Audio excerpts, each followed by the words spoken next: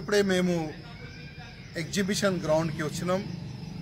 ఇక్కడ చూస్తే మొత్తము చాలా ఎక్కువ అగ్ని ప్రమాదం జరిగింది. ఆ విధంగా మొత్తం కనబడుతుంది. ఇప్పుడు కూడా మంటలు చాలా ఎక్కువ శాతం లేస్తుంది.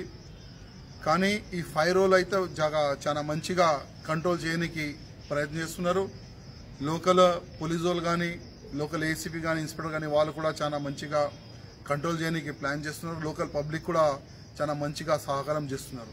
కానీ ఎంత పెద్ద అగ్ని ప్రమాదం జరిగిందంటే దీనికి కారణం ఏముందంటే ఎగ్జిబిషన్ సొసైటీ వాళ్ళు సరిగ్గా ప్లాన్ చేయలేదు.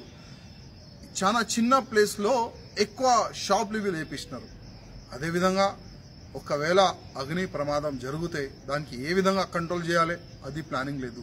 ఒక చిన్న ప్లేస్ దొరికితే కూడా అక్కడ కూడా షాప్ వేపించి ఎక్కువ డబ్బులు వస్తుందని ఆ ఉద్దేశంతో పబ్లిక్ ప్రాణంతో వీళ్ళు ఆడుకున్నారు ఎగ్జిబిషన్ సొసైటీ వాళ్ళు.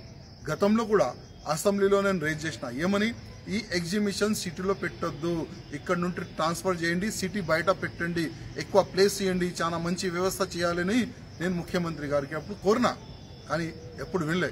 ఇవాళ ఇంత ప్రమాదం జరిగింది కానీ ఎవరికి ప్రాణహాని జరగలే. అది చాలా మంచిగా అయింది. ఒకవేళ జరిగితే దానికి ఎవరు బాధ్యతుడు నేను ముఖ్యమంత్రి గారికి అడుగుతున్నా.